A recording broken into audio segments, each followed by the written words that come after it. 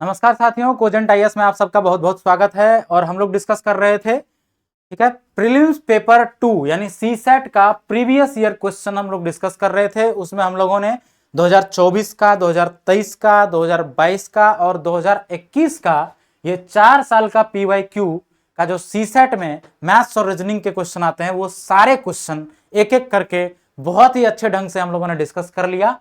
आज इस वीडियो में हम लोग डिस्कस करने जा रहे हैं 2020 का प्रीवियस ईयर क्वेश्चन सी सेट का मैथ और रीजनिंग वाले पोर्शन को। ठीक है, तो आइए देखते हैं। लेकिन उससे पहले थोड़ा सा कोचिंग के बारे में इंफॉर्मेशन है, वो हम आप लोग के बीच शेयर कर देते हैं। देखिए, ये सारा सोशल मीडिया प्लेटफॉर्म है जिस पर हम लोग अवेलेबल हैं। कहने का मतलब यूट्यूब चैनल, ठीक है, Telegram channel, Instagram handle, Facebook page, WhatsApp channel और एक्स यानी ट्विटर के नाम से जो पहले जाना जाता था, इस पर भी हम लोग अवेलेबल हैं। और ये हमारा नंबर है।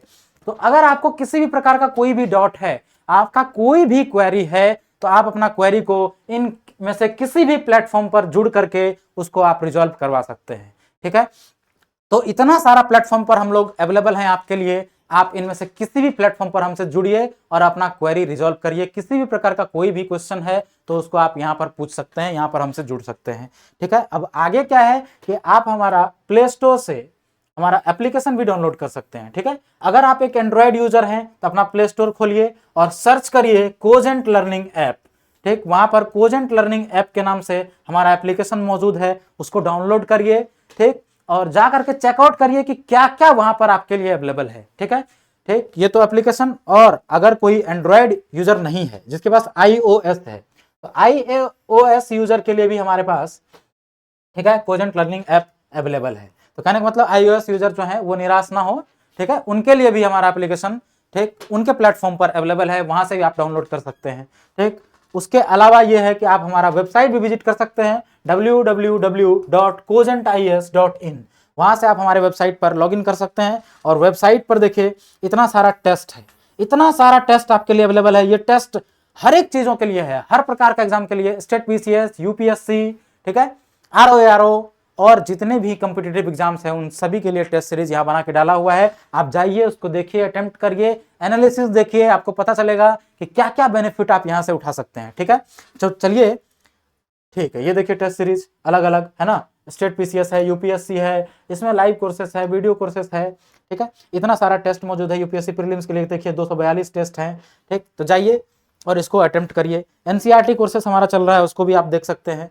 ठीक, तो चलिए अब वीडियो को स्टार्ट करते हैं और देखते हैं आज का पहला क्वेश्चन क्या है 2020 का सी सेट का पेपर। आइए देखिए, सबसे पहला क्वेश्चन है, how many zeros are there at the end of the following product. इसको अगर हम लोग मल्टीप्लाई करते हैं तो बहुत बड़ा कोई प्रोडक्ट आएगा इसका। ठीक, अब उसमें यह पूछा है कि लास्ट में कितने जीरो आएंगे। तो देखिए, इस प्रकार का क्वेश्चन हम लोग पहले भी कर चुके हैं। ठीक, थोड़ा सा चेंज है, बाकी वही क्वेश्चन था कि नंबर ऑफ जीरोज उसमें भी पूछा था। तो जब भी नंबर ऑफ जीरोज पूछता है तो हम क्या करते हैं, 2 और 5 का पेयर बना लेते हैं। जितना पेयर बनता है उतना ही जीरो हमारा एंड में आता है। ठीक, यही सिंपल सा सवाल है। तो आइए देखते हैं कितना 5 और 2 का पेयर बनता है। तो यहाँ पर 5 है, सबसे पहले इसको भी लिख लेते हैं। 10 में हमारा 2 गुना 5 लिख सकते हैं, 10 को। 15 को लिख सकते हैं आप 3 गुना 5। 20 को लिख सकते हैं 4 गुना 5। तो 25 है, उसको लिख सकते हैं 5 गुना 5। जो 30 है उसको लिख सकते हैं 6 गुना 5। 35 को लिख सकते हैं 7 गुना 5। 40 को लिख सकते हैं 8 गुना 5। 50 को लिख सकते हैं 5 गुना 5, 25 हो गया, 25 गुना 50। 55 को लिख सकते हैं 11 गुना 5 और 60 को लिख सकते हैं 12 गुना 5। देखिए, हर एक नंबर में 5 आया है, जबकि 2 हर एक नंबर में नहीं आया है। तो यहाँ देख करके ही लग रहा है कि 5 की संख्या बहुत ज्यादा है और 2 की संख्या बहुत कम है। गिन ही लेते हैं। आइए देखिए, यहाँ पर 2 एक बार है, यहाँ पर 2 2 बार है, और यहाँ पर 2 एक बार है, यहाँ पर 2 3 बार है, यहाँ 1 बार है, और यहाँ पर 4 तिया 12 यानी कि 2 बार है। बाकी और 2 कहीं नहीं है। तो 2 कितना है, 1 2 3 3 1 4 4 3 7 1 8 2 10। जबकि 5 को अगर आप गिनेंगे तो ये हो जाएगा 1 2 3 4 5 6 7 8 9 10 11 12 13 13, कहीं एक छूट रहा है, 14 5 है इसमें। ठीक है, तो कुल मिला के इतने 5 हैं। तो 5 हमारे पास ज्यादा है, 2 की संख्या कम है, तो पेयर हम जितना 2 रहेगा उतना ही तो बना पाएंगे ना। तो 2 हमारे पास 10 हैं, तो पेयर कुल मिला के 10 ही बन पाएंगे, तो 0 भी 10 ही आएगा, है ना। तो इसका उत्तर भी क्या होगा, 10, उत्तर भी 10 ही होगा। जब पेयर ही 10 बना पाए तो 0 भी 10 होगा, यही पूछा था, तो उत्तर भी 10 होगा। तो आंसर हो गया हमारा इसका ए ऑप्शन 10। अब आइए अगला क्वेश्चन देख लेते हैं। अगला क्वेश्चन है, let X Y Z be a 3 digit number where x plus Y plus Z is not a multiple of 3। देखिए x plus Y plus Z multiple of 3 नहीं है, यानी x plus Y plus Z जो है ना वो 3 से divisible नहीं है, यही क्वेश्चन का कहने का मतलब है। ठीक, अब बोला है this is not divisible by, जो नीचे ऑप्शन दे रखा है उसमें से ये किससे डिविजिबल नहीं है, यही पूछा है। तो देखिए ये लिखा है X Y Z plus Y Z X plus Z X Y. ठीक, तो चलिए इसको लिखने का तरीका आप लोगों को पहले भी बता चुके हैं, प्लेस वैल्यू के हिसाब से लिखते हैं। जो 1s प्लेस पे होता है उसको 1 से मल्टीप्लाई करके लिखते हैं, जो 10s प्लेस पे होता है 10 से मल्टीप्लाई करके लिखते हैं, और 100 प्लेस पे होता है उसको 100 से मल्टीप्लाई करके लिखते हैं। ठीक है, तो आइए इसको सबसे पहले लिख लेते हैं फिर जोड़ते हैं। तो एक्स वाई जेड है, एक्स वाई जेड को हम लोग लिख सकते हैं, एक्स वाई जेड को हम लोग लिख सकते हैं 100x plus 10y plus Z. उसी तरीके से वाई जेड एक्स को लिख सकते हैं 100y प्लस जेड है ना 10z प्लस x। उसी तरीके से जेड एक्स वाई को लिख सकते हैं 100z plus 10x plus y। ठीक, अब इन तीनों को अगर जोड़ेंगे, इन तीनों को जोड़ेंगे तो 100x x और 10x 10x 1x 11x और 100 111x 111x। y को जब आप जोड़ेंगे तो 10y 110y और 1y 11y, यानी 111y 111y। इसी प्रकार जब आप z को भी जोड़ेंगे तो वो भी क्या आ जाएगा 111z। ठीक है, तो ये देखिए 100 यहाँ z है, 10 यहाँ है, 110 हो गया और 1 यहाँ है 111। ठीक, अब इन तीनों में से 111 कॉमन ले लीजिए तो ये क्या हो जाएगा 111 बाहर, इधर हो गया अंदर में x plus y plus z। ठीक है, अब देखिए ये जो 111 लिखा है 111, तो 111 जो है ये जो नंबर है 111 लिखा हुआ, ठीक, ये देखिए किस किस से डिविजिबल होता है, ये 3 से डिविजिबल है। ठीक है, ये इससे पहले हम लोग जो पहला वीडियो शूट कर रहे थे उसमें हम लोगों ने बताया था, ठीक है, उसमें हमने आपको बताया था कि जब कोई भी नंबर 3 बार लगातार लिखा होता है तो वो 37 का मल्टीपल होता है। तो ये 37 से डिविजिबल है, 37 से भी है और ये 3 से भी डिविजिबल है। और ये जो नंबर है सम, ये हमें नहीं पता क्या है, लेकिन ये अगर मल्टीप्लाई में है तो जो नंबर अगर नीचे हम यही लिख देंगे तो इससे भी डिविजिबल होगा कि नहीं होगा, बिल्कुल होगा। तो कहने का मतलब ये 3 से डिविजिबल है, 37 से डिविजिबल है और इस नंबर से भी डिविजिबल है। ठीक है, इन तीनों का सम। ठीक, तो किससे नहीं डिविजिबल है, और ये तीनों ही ऑप्शन में है आपके, और पूछा था किससे नहीं डिविजिबल है, तो एक ही ऑप्शन में बच रहा है 9, वही उत्तर होगा। ठीक, अब वही उसी से नहीं होगा डिविजिबल, है ना। तो चलिए अब अगला क्वेश्चन देख लेते हैं। अगला है let P Q R S be natural number such that P minus 2016 बराबर Q प्लस 2017 बराबर R माइनस 2018 बराबर S plus 2019। Which one of the following is the largest natural number, इसमें लार्जेस्ट कौन सा है। चलिए एक एक करके सॉल्व करते हैं। सबसे पहले अगर देखें इन दोनों को अगर देखें तो ये हो जाता है P माइनस 2016 बराबर Q प्लस 2017। इस 2016 को इस साइड भेज दीजिए तो 2016 और 2017 है ना, इधर आके जुड़ जाएगा, तो ये हो जाएगा P equals to Q plus 2016 plus 2017। Q में 2016 भी जुड़ रहा है 2017 भी जुड़ रहा है, तब जाके P के बराबर हो रहा है, यानी P जो है ना वो Q से बड़ा है, यहां से हम ये निकाल पाए। ठीक, अब उसी तरीके से अगर हम इन दोनों को पहले अब निकालें, Q और R में रिलेशन निकालें, तो Q और R में अगर निकालें तो इधर अगर हम पहले R को ही लिख लेते हैं और उधर भेज देते हैं इसको, तो R लिखते हैं इधर, R इस 2018 को इधर भेज देते हैं, तो ये क्या हो जाएगा Q plus 2017 plus 2018। Same concept यही यहां पर भी लगाइए कि Q में 2017 भी जुड़ रहा है 2018 भी जुड़ रहा है, इतना एक्स्ट्रा जुड़ने के बाद ये R के बराबर हो रहा है, इसका मतलब R बहुत बड़ा है Q से, है ना। तो R जो है यहां से Q से बड़ा है। ठीक, ये निकल आया। अब देखिए Q से बड़ा यहाँ P भी है, Q से बड़ा R भी है। ठीक है, पूछा क्या है विच one of the following is the largest natural number, सबसे बड़ा कौन है। ठीक है, तो एक बार अब हम लोग इधर चलते हैं, अब R और S में रिलेशन निकालते हैं। ठीक है, R और S में, तो अगर हम R और S में रिलेशन निकालें, ठीक है, और R को यहाँ रखें, आर को यहाँ रखते हैं और 2018 को इधर भेज देते हैं, ये हो जाएगा s प्लस 2019 जो पहले से लिखा हुआ है, ये 2018 को इधर भेज देंगे तो ये भी प्लस में आ जाएगा। सेम कॉन्सेप्ट इसको भी रिपीट करिए, तो s में इतना जोड़ने के बाद r के बराबर होता है, यानी r जो है s से बड़ा है, r जो है s से बड़ा है। r अगर s से बड़ा है, r अगर q से बड़ा है और q से बड़ा p है ना, एक बार p और r में रिलेशन निकालना पड़ेगा, तो p और r में रिलेशन निकालते हैं इन दोनों कंबाइन करके। जब इन दोनों कंबाइन करेंगे आप तो p इक्वल्स टू हो जाएगा, p इक्वल्स टू, p और r यही है ना, ठीक है, p इक्वल्स टू हो जाएगा r माइनस 2018, r माइनस 2018 और ये 2016 को इधर भेज देंगे तो ये प्लस में हो जाएगा, प्लस में 2016, तो ये हो जाएगा p equals to r minus 2, p equals to r minus 2, ठीक है। यानी r में से जब 2 घटा रहे हैं तब p के बराबर हो रहा है, r में से जब हम 2 को घटा रहे हैं तब p के बराबर है, यानी कहने का मतलब p से r बड़ा है, r जो है वो p से बड़ा है। जब इन चारों को आप कंबाइन करेंगे तो आप पाएंगे कि सबसे बड़ा कौन है, p। तो उत्तर क्या हो जाएगा आपका, p, ए ऑप्शन, ठीक है। क्योंकि यहाँ देखिए p q से बड़ा है, r q से बड़ा है, r s से भी बड़ा है, यहाँ r p से भी बड़ा है, तो सबसे बड़ा कौन हो जाएगा, सॉरी r जो है ना, r बड़ा हो गया ना, r में से 2 घटाने के बाद r बड़ा हो गया ना, तो सॉरी इसमें जब आप कंबाइन करेंगे तो p यहाँ q से बड़ा है लेकिन यहाँ p से भी बड़ा r है, तो सबसे बड़ा r हो जाएगा, ऑप्शन p नहीं होगा, आंसर इसका r हो जाएगा, सी ऑप्शन, ठीक है।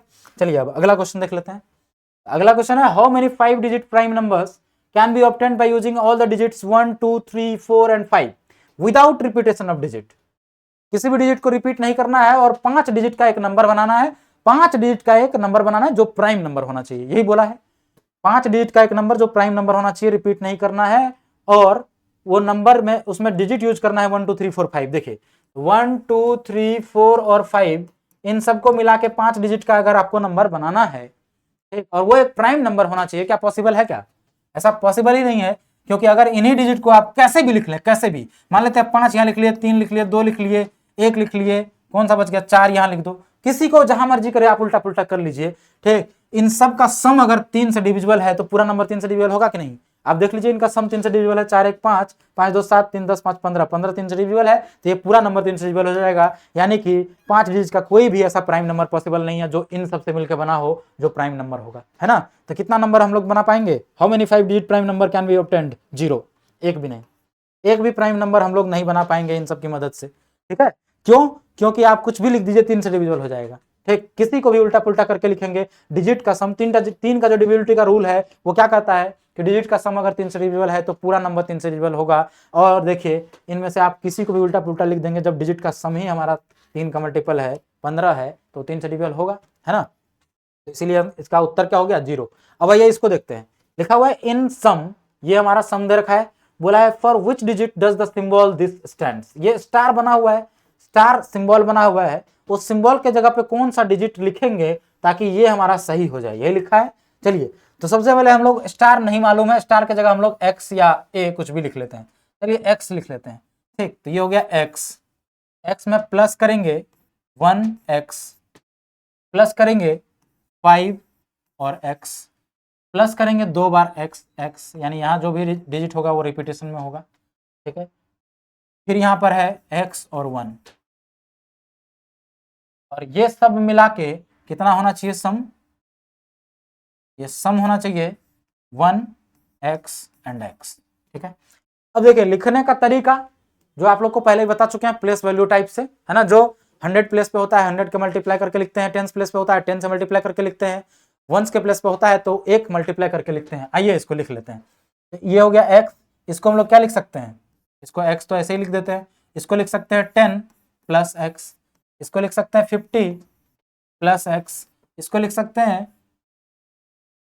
10x प्लस x, और इसको लिख सकते हैं, यहाँ केवल x था क्या, बीच में प्लस एक्स्ट्रा आ गया ना, यहाँ x और 1 था, यहाँ क्या था x और 1, ये हो गया 10x प्लस x, ये हो गया 10x प्लस 1, ठीक है। बराबर कितना होना चाहिए, 100 प्लस 10x प्लस x, यही होना चाहिए। अब आइए इन सबको जोड़ते हैं, x कितनी बार आ गया, 1 2 3 4 और 10 10 20 और 4 24, 24x हो गया। ठीक है, 24x।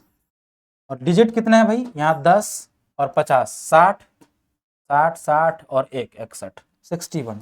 24x plus 61 equals to, इधर कितना आ गया 100 प्लस में 11x, 100 और प्लस में 11x।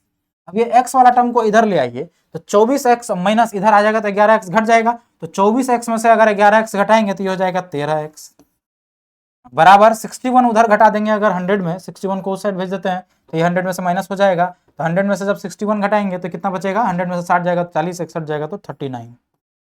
ठीक है, तो ये x का वैल्यू कितना आ जाएगा 39/13, तो ये 13 तिया 39 होता है, यानी x का वैल्यू क्या आ गया 3, x का वैल्यू क्या आ गया 3। तो कहने का मतलब जितना भी जगह ये सिंबल है, सिंबल की जगह हमने x रखा था, उसका वैल्यू हमारे पास 3 आ गया, तो जहां जहां ये सिंबल बना हुआ है वहां वहां अगर आप 3 रख देंगे तो ये आपका सही हो जाएगा। तो हमारा इसका उत्तर क्या आ गया 3, बी ऑप्शन करेक्ट आंसर है। अब आइए अगला क्वेश्चन देख लेते हैं। अगला क्वेश्चन है, if you have 2 straight stick, आपके पास 2 सीधी छड़ी है, 2 सीधी छड़ी है जिसमें से एक का लेंथ है 7.5 फीट 7.5 फीट और एक का है 3.25 फीट 3.25 फीट। अब बोला है what is the minimum length can you measure, तो इन दोनों की मदद से मिनिमम यानी कम से कम कितनी लंबाई आप नाप सकते हैं। तो आपके पास कोई और तीसरा स्केल नहीं है, केवल यही 2 स्टिक की मदद से नापना है। आप नाप के बताइए कितना नाप सकते हैं। देखिए अगर हम मान लेते हैं एक स्टिक है हमारे पास ये, ठीक है, बड़ी सी, जिसका लेंथ कितना है 7.5 फीट। ठीक, अब 2 है हमारे पास 3.25 का, तो 3.25 एक हो गया, फिर से दूसरा अगर 3.525 है 3.25 है ना, अगर हम इसको 2 बार नाप देते हैं इसी से 3.25 3.25, तो देखिए कितना लेंथ हम लोग नाप दिए, 3.25 को ऐड करेंगे आप तो ये हो जाएगा 5 5 10 2 2 4 1 5 और 3 3 6, यानी 6.5 फीट आपने नाप दिया, 6.5 फीट नाप दिया, 6.5 फीट नाप दिया यानी 6.5 नाप दिया, टोटल 7.5 फीट का ये था, तो इधर बचा कितना 1, यानी कि ये 1 फीट भी हमने इसी की मदद से नाप करके निकाल दिया। इसके लिए हमने कोई अलग से स्केल नहीं यूज किया। तो मिनिमम कितनी लंबाई हम नाप पाए 1 फीट, कितना नाप पाए 1 फीट, तो उत्तर क्या हो जाएगा इसका 1 फीट।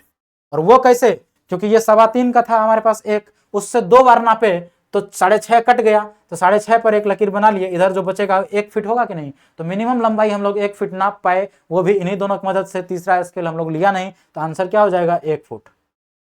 चलिए सी ऑप्शन। अब आइए अगला क्वेश्चन देखते हैं। अगला क्वेश्चन है, a simple mathematical operation in each number of the sequence 14 18 20 24 30 32 results in a sequence with respect to prime numbers. देखिए ये जो नंबर्स लिखे हुए हैं इसमें आपको हिंट्स दे दिया, ये सारे सीक्वेंस जो है ना प्राइम नंबर के रिस्पेक्ट में रिजल्ट देता है, प्राइम नंबर के रिस्पेक्ट में। तो यानी कि जोड़ना, घटाना, मल्टीप्लाई करना, डिवाइड करना, जैसे भी सीक्वेंस बनता है आप उन सब चीजों को सोचिए, लेकिन आपको रेफरेंस क्या रखना है prime number, reference prime number रखना है।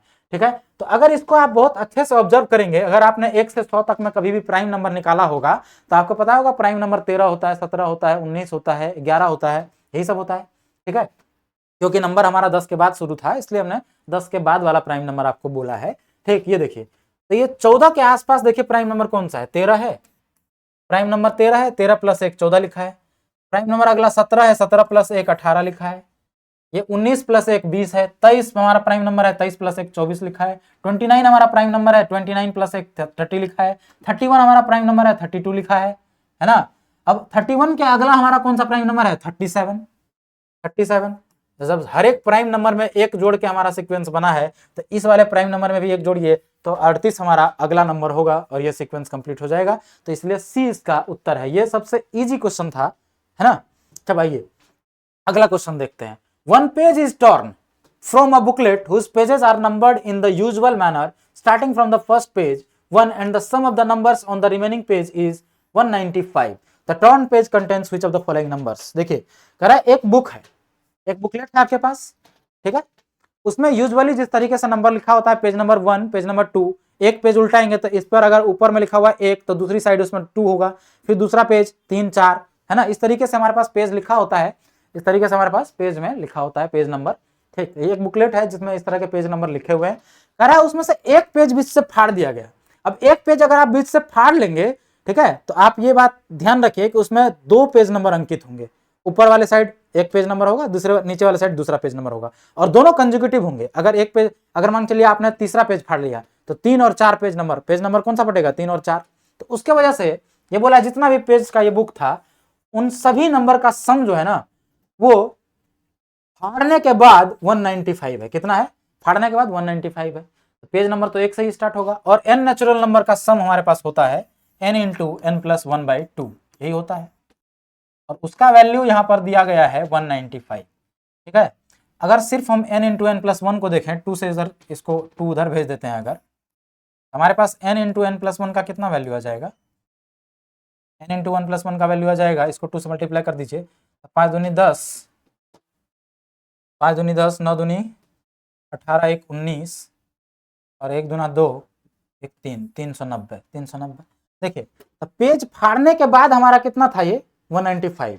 ठीक है, अगर वो पेज होता ओरिजिनल में तो ये जो n इंटू n प्लस 1 का वैल्यू आया 390, इससे ज्यादा आना चाहिए, ज्यादा आना चाहिए कि नहीं आना चाहिए, ज्यादा आना चाहिए।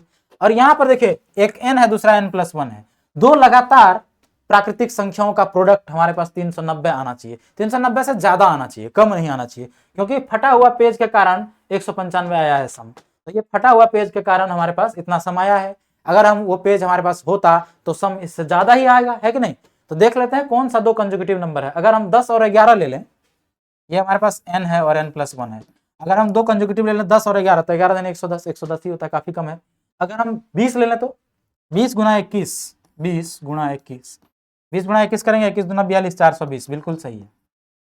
एक बार इससे छोटा लेके चेक कर लेते हैं, 19 गुना 20 करेंगे तो n अगर 19 है तो n प्लस 1 क्या हो जाएगा, 20, तो 20, 19 गुना 38, 380 ही आ रहा है, तो कम नहीं आना चाहिए इससे, है ना। तो कहने का मतलब 20 वैल्यू अगर हम ले रहे हैं तो ये बिल्कुल सही आ रहा है हमारे पास।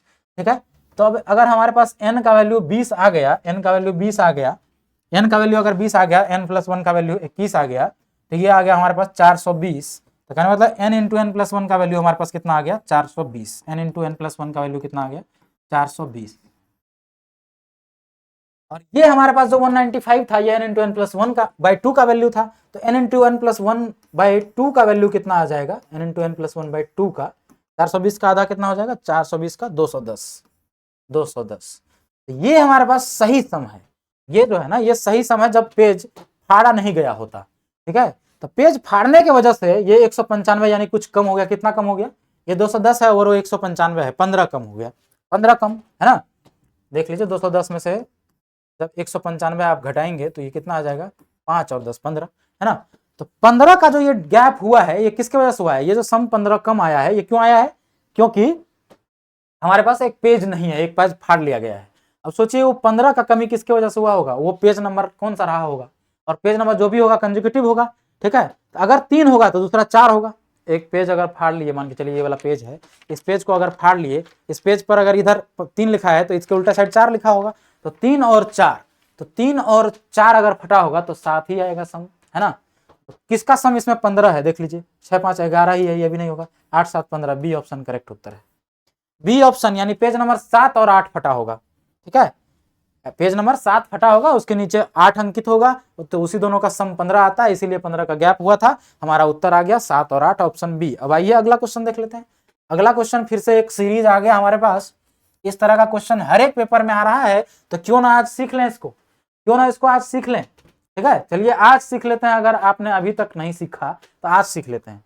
ठीक, आपको मैं बार बार कह रहा हूं, ऐसे सीरीज आते हैं तो इसको हम लोग तोड़ लेते हैं। क्या करते हैं, डिवाइड कर लेते हैं, 4 4 में, 5 5 में, मिनिमम आप 3 डिवाइड कर सकते हैं, मैक्सिमम 8 डिवाइड कर सकते हैं। ठीक है, तो मिनिमम 3 3 का इसको ग्रुप में बांट सकते हैं। ठीक है, आइए देखते हैं यहाँ किसका ग्रुप बन रहा है। ठीक, ये देखिए, जब आप इसको ऑब्जर्व करेंगे तो ये लिखा हुआ है ए बी ए बी। ठीक, इसको ऑब्जर्व करेंगे तो लिखा हुआ है सी डी और ई। ठीक, या डी सी नहीं, डी सी नहीं, सी डी सही है। ठीक, तो ये देखिए, अगर ए बी फिर से यहाँ ए डाल दें तो A B A, B C B, यानी सही बैठ रहा है हमारा। देखिए A B A, B C B, तो यहाँ पे क्या हो जाएगा C D C, D, D E और डी, एकदम correct, C D C D. देखिए तो कहने का मतलब अगर हम लोग 5-5 के ग्रुप में इसको डिवाइड कर दिए तो हमारा एक सेम पैटर्न इसमें मिल गया। ठीक, डिवाइड, ग्रुप को डिवाइड करिए वहां से जहां से आपको एक पैटर्न मिलता हुआ नजर आए, कम से कम 2-3 बार रख के चेक करेंगे तो आपको मिल जाएगा। और ग्रुपिंग बनाना है आपको, मिनिमम 3 का ग्रुप बनाना है।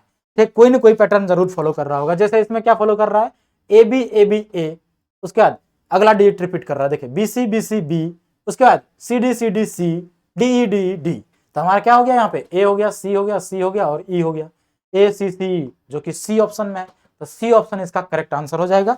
अब आइए अगला क्वेश्चन देखते हैं। अगला क्वेश्चन है लेट ए 3 बी सी, लिख लेते हैं, यहाँ पे ए है, 3 है, बी सी है, ठीक है, and D E 2 F B 4 digit numbers where each letter represents a different digit. एक लेटर डिफरेंट डिजिट को रिप्रेजेंट कर रहा है और ग्रेटर देन 3, 3 से बड़ा है सारे digit. Sum of the numbers is, sum है, चलिए तो सम कर लेते हैं, डी ई 2 और एफ, इन सब का सम है 15,902, 15,902, यही सम है। Then what is the difference between the values of A and D, तो ए और डी का वैल्यू का डिफरेंस पूछा है। देखिए इन दोनों को जोड़ करके 2 आना चाहिए, तो ये कब पॉसिबल है, ये तभी पॉसिबल है, आप इसको 1-2 तो कुछ ले नहीं सकते हैं, 3 से बड़ा ही नंबर ले सकते हैं। तो 3 से बड़ा नंबर क्या हो सकता है, 4 हो सकता है, यानी 4 से हम रखना शुरू करते हैं। 4 अगर हम इसको रखते हैं, सी को अगर हम 4 रख दिए तो इसको क्या रखना पड़ेगा, 8 रखना पड़ेगा, तभी 8 4 12 होगा और 2 आएगा, है ना। दूसरा और क्या पॉसिबल है, अगर हम इसको 5 ले लेते हैं तो इसको 7 रखना पड़ेगा, तभी तो 7 5 12 आएगा। 6 लेंगे तो इसको भी 6 रखना पड़ेगा, तो वो पॉसिबल ही नहीं, बोला है डिफरेंट डिजिट है ना। 7 5 हम लोगों ने ले लिया, यानी बी, सी और एफ का हमारे पास यही 2 वैल्यू पॉसिबल है। सी और एफ क्या हो सकता है, सी और एफ या तो 4 8 हो सकता है, या तो 5 और 7 हो सकता है, ये पॉसिबिलिटी बन रही है हमारे पास। अब देखिए अगर इन दोनों में से किसी को भी रख दिए, चाहे 5 7 रख दीजिए, चाहे 4 8 रख दीजिए, कोई भी रखेंगे तो 12 बनेगा, 12 का 2 यहां रख देंगे, कैरी यहां आएगा। ठीक, अब इन तीनों को जोड़ करके 10 बनना चाहिए, तभी तो 0 आएगा, है ना। तो 2 और 3, 2 और 1 3 प्लस बी मिला के 10 होना चाहिए। तो हम अगर कहें कि ये कैरी वाला है, b प्लस 2 मिला के हमारे पास 9 आना चाहिए, तभी हमारे पास ये 0 आएगा, है ना, क्योंकि कैरी वाला एक 1 भी तो जुड़ेगा। तो b प्लस 2 मिला के क्या आना चाहिए, 9 आना चाहिए, तभी तो कैरी वाला 1 जुड़ेगा 9 में, तो 10 हो जाएगा और 10 का 0 यहाँ आएगा, है ना। तो अगर b प्लस 2 हमारे पास 9 आना चाहिए, b प्लस 2 9 आना चाहिए, तो यहाँ से b का वैल्यू क्या आ गया, 7। अब देखिए अगर b 7 आ गया तो यहाँ हम कहने का मतलब 5 और 7 सी और एफ को नहीं ले सकते हैं, ठीक है। तो सी और एफ हमारा 4 और 8 है, इतना बात पता चल गया। तो सी और एफ क्या हो सकता है, 4 और 8, सी और एफ हमारा 4 और 8 हो सकता है, और बी हमारे पास 7 आ गया, यानी बी का वैल्यू 7 है, ये देखिए बी का वैल्यू 7 है। सी और एफ जो है वो हमारे पास 4 और 8 आ सकता है। अगला क्या है, 3 प्लस ई मिला के क्या होना चाहिए, यहाँ जो 10 का 0 हुआ था तो 1 यहाँ भी कैरी हुआ था, है ना। अब 1 कैरी प्लस 3 तो 4 हो गया, 4 प्लस ई मिला के 9 होना चाहिए। तो कुल मिला के ई प्लस 3 मिला के हमारे पास क्या होना चाहिए, 8, ई प्लस 3 मिला के 8 होना चाहिए, और ये कैरी वाला जुड़ेगा तभी तो 9 बनेगा। तो ई प्लस 3 मिला के क्या होना चाहिए, 8 होना चाहिए। ई प्लस 3 मिला के अगर 8 होना चाहिए तो यहाँ से ई की वैल्यू कितनी आ गई, 5 आ गई, ये 3 को उधर ले घटा दीजिए, तो ई का वैल्यू 5 आ गया। तो ई का वैल्यू अगर 5 आ गया, ई प्लस 3 बराबर 8, तो ई बराबर 5, ई का वैल्यू 5 आ गया, बी का 7 आ गया, सी और एफ 4 और 8 हो सकता है, और सारे सबका वैल्यू हम लोग क्या ले सकते हैं, 3 से ज्यादा ही ले सकते हैं। तो 3 से ज्यादा में 4 आ गया, 5 आ गया, ठीक है, 4 आ गया, 5 आ गया, 6 नहीं आया है, 7 आ गया, 8 आ गया और 9 नहीं आया है। तो 6 और 9, 6 और 9, अब हमें इसको निकालने की जरूरत है क्या, बिल्कुल नहीं है। क्यों, क्योंकि आपसे पूछा है क्या, वैल्यूज ऑफ डिफरेंस बताइए, डिफरेंस बताइए ए और डी के वैल्यू में। तो ए और डी में से कोई 6 हो कोई भी 9 हो, डिफरेंस तो 3 ही आएगा। अगर मान के लिए डी 6 हो जाता है, ए 9 हो जाता है, तब भी 3 आएगा। अरे ए 6 हो जाता है, डी 9 हो जाता है, तब भी दोनों का डिफरेंस क्या होगा, 3 आएगा।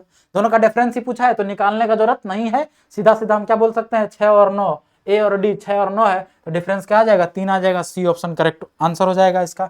इस तरीके से आप सवाल को सोचेंगे, यूपीएससी का सी सेट बहुत आसान हो जाएगा आपके लिए, ठीक। और आपको ये सोचने का तरीका हम देंगे। हम बैठे हैं यहाँ, आपको टेंशन लेने की जरूरत बिल्कुल भी नहीं है, बस आप जुड़े रहिए, देखते रहिए।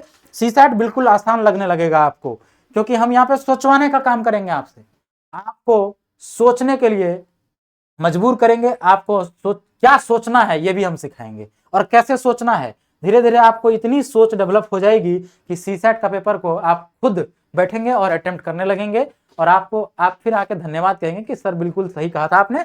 सोचने का तरीका एक बार डेवलप हो गया तो सीसैट आसान हो जाता है। बस जानकारी सिर्फ नंबर सिस्टम की चाहिए आपके पास स्ट्रॉन्ग, ठीक है, थोड़ी बहुत पीएनसी आनी चाहिए, और वो हम सिखाएंगे। यहाँ पर नंबर सिस्टम की जानकारी जितनी डिटेल में हो सकता है नंबर सिस्टम पढ़ लेंगे, कुछ भी नहीं छूटेगा। कौन सा नंबर मल्टीप्लाई करने पर क्या बनता है, डिवाइड करने पर क्या बनता है, ठीक, वो सारी चीजें हम लोग सीखेंगे। बस जुड़े रहिए आप हमसे, ठीक। इतना सारा आपको कोचिंग के बारे में जानकारी दिए, सभी जगह पर जुड़िए, ठीक। नंबर है, कॉल करिए, व्हाट्सएप करिए। चलिए आइए इस क्वेश्चन को देखते हैं। Two statements S1 and S2 are given below followed by a question. दो स्टेटमेंट्स दिया हुआ है और नीचे एक क्वेश्चन दिया हुआ है। क्वेश्चन है, सबसे पहले क्वेश्चन ही देख लेते हैं। क्वेश्चन है कि are there more than 100 figures in that book. कोई बुक है, पूछा है क्वेश्चन, क्या उस बुक में 100 से ज्यादा फिगर है। फिगर मतलब इमेज, किसी चीज का इमेज, मान के लिए कार्टून बना है, तो पूछा है ये क्या उस बुक में 100 से ज्यादा कार्टून बने होंगे, ठीक है। और बुक जो है, ये देखिए, अब पहला स्टेटमेंट है कि there are not more than 2 figures on any page of 51 page book. 51 page का एक बुक है, ठीक। और यहां पे बोला है किसी भी पेज पर 2 से ज्यादा इमेज नहीं है, किसी भी पेज पर 2 से ज्यादा इमेज नहीं है। अब अगर मान लीजिए ये लिखा हुआ है, कंडीशन ये दिया हुआ है किसी भी पेज पर 2 से ज्यादा इमेज नहीं है, तो 2 से कम तो हो सकता है। तो 2 से कम कितना हो सकता है, या तो बिल्कुल भी ना हो, 0 हो, या क्या हो सकता है, एक पेज, हर एक पेज पर एक कार्टून हो, या हर एक पेज पर 2 कार्टून हो, मैक्सिमम 2 ही हो सकता है ना। अगर 0 कार्टून होगा, 51 पेज का बुक है, तो टोटल हमारे पास कार्टून अगर बिल्कुल ही नहीं है तो 0 आंसर होगा, है ना। तो क्या हम ये श्योरिटी के साथ कह सकते हैं कि 100 से ज्यादा फिगर होगा, बिल्कुल नहीं, 0 भी हो सकता है। अगर एक एक होगा तो 51 पेज पर तो 51 फिगर हो सकता है। अगर 2 2 होगा तो 51 दूना 102 फिगर हो सकता है ना। तो कहने मतलब इसका आंसर हम स्टेटमेंट 1 से नहीं दे पाए, ठीक। अब ये स्टेटमेंट 2 देख लेते हैं। स्टेटमेंट 2 है there is at least 1 figure on every page. हर एक पेज पर कम से कम एक फिगर होना ही चाहिए, ठीक है। अब हर एक पेज पर अगर कम से कम एक फिगर होना ही चाहिए, तो मैक्सिमम फिगर कितना भी हो हमें नहीं पता। मैक्सिमम फिगर क्या हो सकता है, इनफाइनाइट भी हो सकता है, 8 भी हो सकता है, 10 भी हो सकता है, 15 भी इनफाइनाइट हो सकता है, यानी इससे तो बहुत ज्यादा आंसर आ जाएगा। तो कहने का मतलब स्टेटमेंट 2 से तुम बिल्कुल भी आंसर नहीं कर पाएंगे। और अगर आपने इसको मिला दिया, दोनों स्टेटमेंट को मिला दिया, ठीक, तो पहला स्टेटमेंट बोला है कि 2 से ज्यादा फिगर नहीं होगा, दूसरा बोला है कि कम से कम एक तो होगा ही, यानी कम से कम एक हो सकता है और ज्यादा से ज्यादा 2 हो सकता है, तब भी हमारे पास 2 आंसर आ जाएंगे कि नहीं आ जाएंगे, तब भी 2 आंसर आ जाएंगे। तो कुल मिलाकर हम ये कह सकते हैं कि स्टेटमेंट 1 और 2 दोनों ही मिला करके हम लोग इसका आंसर नहीं दे पाएंगे। तो इसका आंसर क्या हो जाएगा, both statement 1 and 2 are sufficient to, नहीं, 1 इज सफिशिएंट, ये भी नहीं। Statement 1 and 2 together are not sufficient, C इसका करेक्ट उत्तर है। सी, ऑप्शन सी करेक्ट उत्तर है, जिसमें लिखा है statement 1 and statement 2 together are not sufficient to answer this question. और वो हम लोगों ने यहाँ पर देख लिया कि किसी भी स्टेटमेंट से हम इसका उत्तर नहीं दे पा रहे हैं, जब दोनों को मिला दे रहे हैं तब भी नहीं दे पा रहे। आइए अगला क्वेश्चन देख लेते हैं। अगला क्वेश्चन है कंसीडर द फॉलोइंग डाटा। कुछ डाटा दे रखा है। डाटा क्या है कि इधर गर्ल्स है और ये बॉयज का नंबर है। लिखा है average marks in English. Boys का जो इंग्लिश में एवरेज मार्क्स है वो 9 है, और सॉरी गर्ल्स का 9 है और बॉयज का 8 है, और ओवरऑल एवरेज मार्क्स 88 है। देखिए तो एवरेज निकालते कैसे हैं। एवरेज होता है, ठीक है, टोटल या sum total of sum of all the observation, यही बोल दें, sum of all the observations divided by total number of observation, यही होता है average. Total number of observation यही होता है एवरेज। ये हमारा क्या होता है एवरेज। अब देखिए यहां पर हमारे पास अब एवरेज दिया हुआ है इंग्लिश के नंबर का, ठीक है। इंग्लिश में हमें नहीं पता। देखिए अब यहां पर अगर हम गर्ल्स का नंबर को मान लेते हैं जी, गर्ल्स को क्या मान लेते हैं जी, ये जी जो है ना गर्ल्स के लिए आया है, छोटा जी ले लीजिए, अच्छा रहेगा लिखने में। और बॉयज के लिए अगर हम बी लिख लें, बॉयज के लिए लिख लें बी, ठीक है। तो अब यहां से हम संख्या लिखे हैं, गर्ल्स का संख्या मान लेते हैं जी है और बॉयज का संख्या बी है, ठीक। इनका एवरेज मार्क्स 9 है गर्ल्स का और बॉयज का एवरेज मार्क्स 8 है। देखिए तो अगर गर्ल्स का हमारे पास जी है तो हम ये मान लें कि 9G हो जाएगा टोटल नंबर, ठीक है, 9G। और बॉय का क्या हो जाएगा, बॉय का नंबर है इधर बी और मार्क्स है एवरेज मार्क्स 8, तो इनका हो जाएगा 8B, ठीक। और टोटल नंबर अगर आप स्टूडेंट का देखें तो ये कितना हो जाएगा, ये हो जाएगा girls plus boys G plus number of G plus number of B, और ये दे रखा है आपके पास 8.8, यही एवरेज है दे रखा है। यहां से आप निकाल लीजिए, तो इसको आप उधर भेज देंगे मल्टीप्लाई हो जाएगा, तो ये हो जाएगा 9G plus 8B equals to 8.8G plus 8.8B। अब इसको इधर उधर करेंगे तो ये 9G है, इधर 8.8G इधर आएगा तो क्या बच जाएगा, ये 0.2G, और 8B को उधर भेज देते हैं तो ये माइनस हो जाएगा 8.8 से, तो ये हो जाएगा 0.8B, ठीक। अब ये देखिए 2 चौको 8 होता है, यानी कि हम कह सकते हैं कि जो G equals to 4 times B के बराबर है, ये बोल सकते हैं ना, या आप यहां से रेशियो निकाल लें, G by B equals to 4/1 हो जाएगा, है ना। तो G इक्वल्स टू 4B हो गया। अब यहाँ पर सेम ये एवरेज मार्क्स पूछा है इनका, हिंदी का एवरेज मार्क्स पूछा है, ठीक। जगह कम पड़ रही है, ठीक, इनको मिटा देता हूँ, G फॉर गर्ल्स है, B फॉर बॉयज है, ये देख लीजिए। अब यहाँ पर क्या है, सेम वही चीज करेंगे, ये 8G है, 8G प्लस 7B, और इसको डिवाइड करना है G प्लस B से, तो ये हिंदी का एवरेज नंबर आना चाहिए। एवरेज कितना है, x है, हमें नहीं मालूम, इसी x का वैल्यू निकालना है। अभी जो हम लोगों ने यहाँ से G इक्वल्स टू 4B किया है इक्वेशन 1 में, यही जो वैल्यू है ना G का, वो G के जगह पर पुट कर दीजिए यहाँ पे। तो G के जगह पर आप जब इसको पुट करेंगे तो ये हो जाएगा 8, और G के जगह पर क्या रखना है 4B, 8 इंटू 4B प्लस का 7B और होल डिवाइडेड बाय, ये G के जगह 4B रखना है, 4B और प्लस B, ये कितना हो जाएगा 8 चौको 32B प्लस 7, 32 और 7 39B, और नीचे है 4B प्लस B 5B। ये देखिए B से B चला गया और यहाँ 5 बचा, 5 से 39 को भागा देना है, तो 5 7 35 बचा 4, नहीं लगेगा डेसिमल डालिए, 40 हो गया, 5 8 40 यानी 7.8। यहाँ से हमारा क्या आ गया उत्तर 7.8, यानी एवरेज निकल आया, x का वैल्यू कितना हो जाएगा 7.8, यही ऑप्शन में है, तो ए हमारा करेक्ट आंसर हो जाएगा इसका, ठीक है। चलिए अब अगला क्वेश्चन देखते हैं। अगला क्वेश्चन है, अ फैमिली ऑफ 2 जनरेशन, एक परिवार है जिसमें 2 जनरेशन के लोग हैं, कंसिस्टिंग ऑफ 6 मेंबर, 6 लोग हैं total, P Q R S T and U, ठीक है, हैज 3 मेल्स, 3 उसमें मेल है एंड 3 फीमेल है, ठीक है। देखिए देयर आर 2 मैरिड कपल्स, उसमें 2 मैरिड कपल्स भी हैं, एंड 2 अनमैरिड सिबलिंग्स, और 2 अनमैरिड सिबलिंग्स भी है, यानी भाई बहन होगा, ठीक है। अब इंफॉर्मेशन है कि U is P's daughter, U जो है वो पी का, पी यानी कि पी की डॉटर है, यानी यू जो है ना एक फीमेल है, ठीक है, इतना बात पता चल गया। और यहां पर देखिए जनरेशन भी पता चल गया कि ये या तो माता हो सकती है या पिता हो सकती है, इसका मतलब जेंडर इसका क्लियर नहीं है, लेकिन जनरेशन क्लियर है, ये अगर पहला जनरेशन है तो ये दूसरा जनरेशन है, ठीक है। देखिए तो यू जो है ना वो पी की डॉटर है, and Q is hours mother in law, जो क्यू है, क्यू वो आर की मदर इन लॉ है, यानी सास है, ये क्या है सास। क्यू अगर सास है आर की तो क्यू भी एक फीमेल होगी, 2 फीमेल आ गए, 3 फीमेल टोटल हैं इसमें, ठीक है। अब देखिए T is an unmarried mail, और टी एक अनमैरिड मेल है, सिंगल, टी एक सिंगल व्यक्ति है और मेल है, तो प्लस हो गया। एंड एस इज मेल, और एस भी मेल है, एस भी मेल है, 2 मेल हो गए। Which of the following is correct, अब देखिए तो इसमें से कौन सा करेक्ट है। देखिए तो कुल मिला के हमें इसमें रिलेशन बनाना पड़ेगा। देखिए क्यू जो है वो आर की सास है, क्यू जो है वो आर की सास है, यू पी की बेटी है, ठीक है। तो मतलब क्यू आर की सास है, यहां पर 2 जनरेशन तो दिख रहा है ना। अब टी मेल है, एस भी मेल है, ठीक।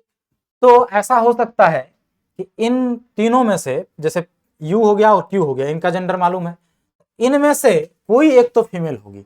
अगर इसको हम लोग फीमेल ले लेते हैं, ठीक, ये देखिए ये अगर फीमेल हो गई, हो सकता है तो ये ये जो है ना, ये और इधर जो दो मेल हैं, तो इसमें से किसी एक की पत्नी होगी, ये अनमैरिड है तो ये तो हो नहीं सकता, तो एस की पत्नी इसको मान लेते हैं, एस की वाइफ, क्योंकि टी की वाइफ तो हो नहीं सकती है, ठीक है।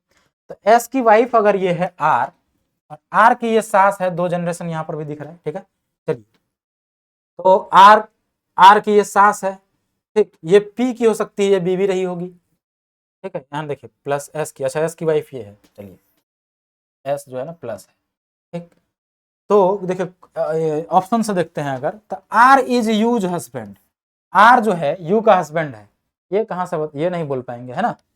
आर इज एस वाइफ्स, ये तो हमने यहीं से निकाल लिया है ना, तो यही हमारा करेक्ट हो जाएगा।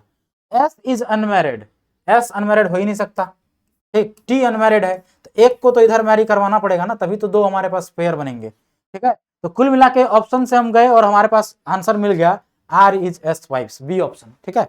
तो बी इसका करेक्ट उत्तर है, ठीक है।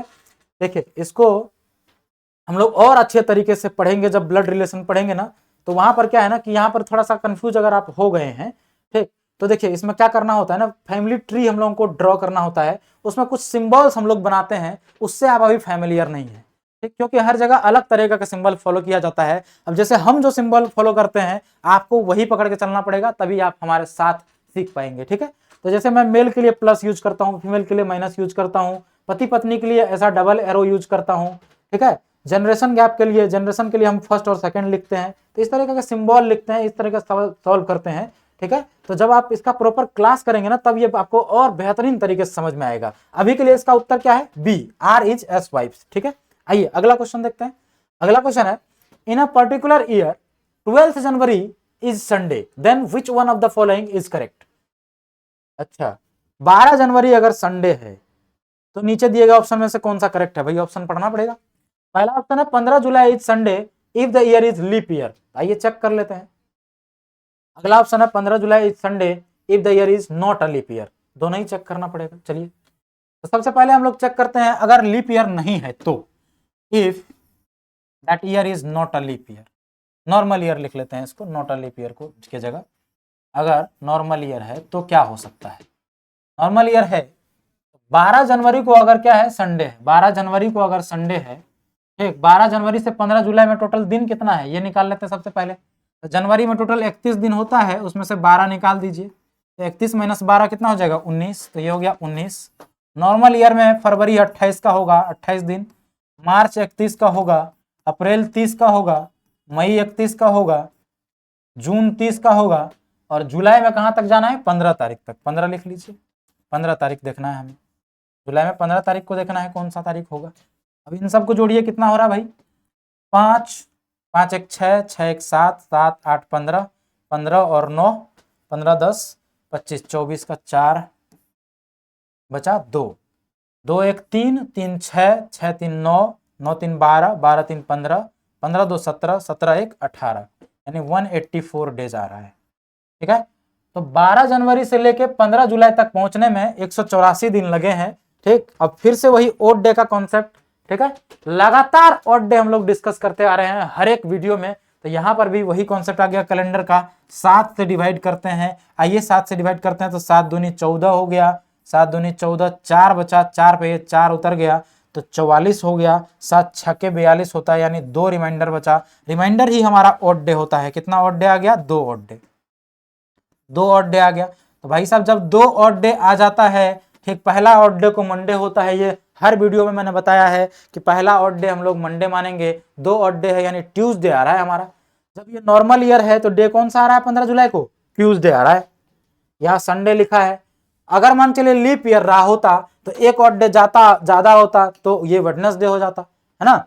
तो कहने का मतलब, क्योंकि फरवरी 29 का हो जाता लीप ईयर में, लीप ईयर में फरवरी 29 का हो जाता, तो जोड़ में 185 आ जाता, तो ऑड डे हमारे पास 3 आ जाता, 3 ऑड डे आ जाता, तो ये वेडनेसडे हो जाता। ये दोनों ही ऑप्शन में नहीं है, यानी ए भी हमारा आंसर नहीं है, बी भी आंसर नहीं है। अब आइए सी को चेक करते हैं। सी में लिखा है कि 12 July is the Sunday, 12 July is the Sunday if the year is leap year, ठीक है। तो लीप ईयर में 3 ऑड डे आ रहा था, 3 ऑड डे, 3 ऑड डे, ठीक है। जब हम 15 जुलाई को देख रहे थे, 12 जुलाई को देखेंगे तो 3 कम आ जाएगा, है ना, 3 कम आ जाएगा, तो 3 कम आ जाएगा तो 0 हो जाएगा बिल्कुल ऑड डे। जब ऑड डे 0 हो जाएगा तो संडे होगा, यानी सी ऑप्शन इसका करेक्ट उत्तर है, ठीक है। और अगर लीप ईयर में जाएंगे तो लीप ईयर में चले जाएंगे, अगर लीप ईयर में चले जाएंगे तो हमारे पास जो ऑड डे आएगा लीप ईयर में ये हो जाएगा 29 का, 29 में ये हो जाएगा 85, 85 में हमारे पास ये 12 जुलाई की बात किया है, यानी 3 दिन घटा देंगे, 3 दिन घटा देंगे तो ये 82 हो जाएगा, यानी एक ऑड डे आएगा, यानी ये हो जाएगा या तो सैटरडे हो जाएगा, सैटरडे है ना, पीछे जाएंगे ना, पीछे जाएंगे तो ये सैटरडे हो जाएगा। तो कहने का मतलब हमारा उत्तर एकदम बिल्कुल सही आया, सी ऑप्शन। ठीक है, चलिए अब अगला क्वेश्चन देख लेते हैं। अगला क्वेश्चन है two statements, statement 1 and 2 are given below. ठीक है, P Q R S followed by the question. देखिए क्वेश्चन है among 4 members P Q R and S which one of the is largest. P Q R S में से सबसे बड़ा कौन है, यही क्वेश्चन है। और स्टेटमेंट 1 है R is greater than P and Q. R जो है वो पी और क्यू दोनों से ही बड़ा है, लेकिन पी क्यू में कौन बड़ा है कौन छोटा है ये हमें नहीं मालूम, उससे मतलब भी नहीं है। आर इन दोनों से बड़ा है तो हम कह सकते हैं आर इन दोनों से बड़ा है, लेकिन एस के बारे में तो कोई कमेंट नहीं है ना, हो सकता है एस आर से भी बड़ा हो जाए या एस आर से छोटा है, हमें नहीं मालूम। कहने का मतलब इससे हम आंसर नहीं दे पाए। दूसरा स्टेटमेंट देखते हैं। दूसरा स्टेटमेंट बोला है S is not the largest one, यानी एस जो है लार्जेस्ट नहीं है, एस लार्जेस्ट नहीं है, इतना बात पता चल गया। ठीक है, तो आर भी लार्जेस्ट हो सकता है, पी भी हो सकता है और क्यू भी हो सकता है, सिर्फ दूसरा स्टेटमेंट को अगर देखेंगे, है ना। तो कहने का मतलब दूसरा स्टेटमेंट भी अकेले आंसर तो नहीं दे पाया। अब इन दोनों को कंबाइन करते हैं।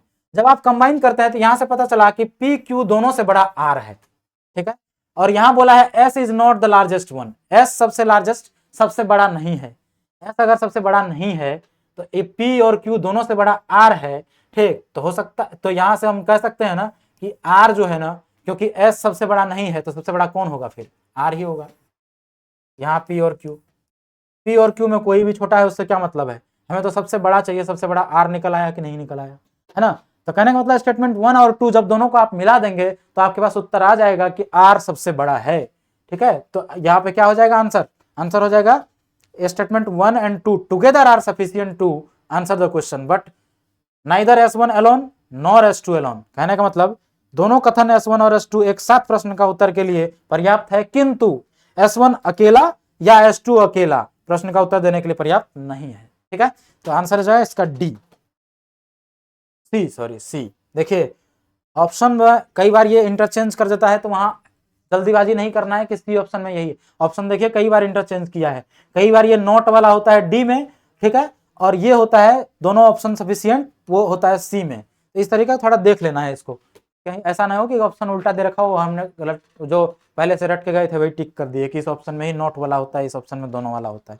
ठीक है, थोड़ा ऑप्शन को एक बार जरूर देखेंगे। आइए, तो चलिए ये था हमारा 2020 का अब तक का क्वेश्चन। ठीक है, नेक्स्ट पार्ट में हम लोग इसके आगे का बचा हुआ क्वेश्चन डिस्कस करेंगे, तब तक के लिए बने रहिए हमारे साथ।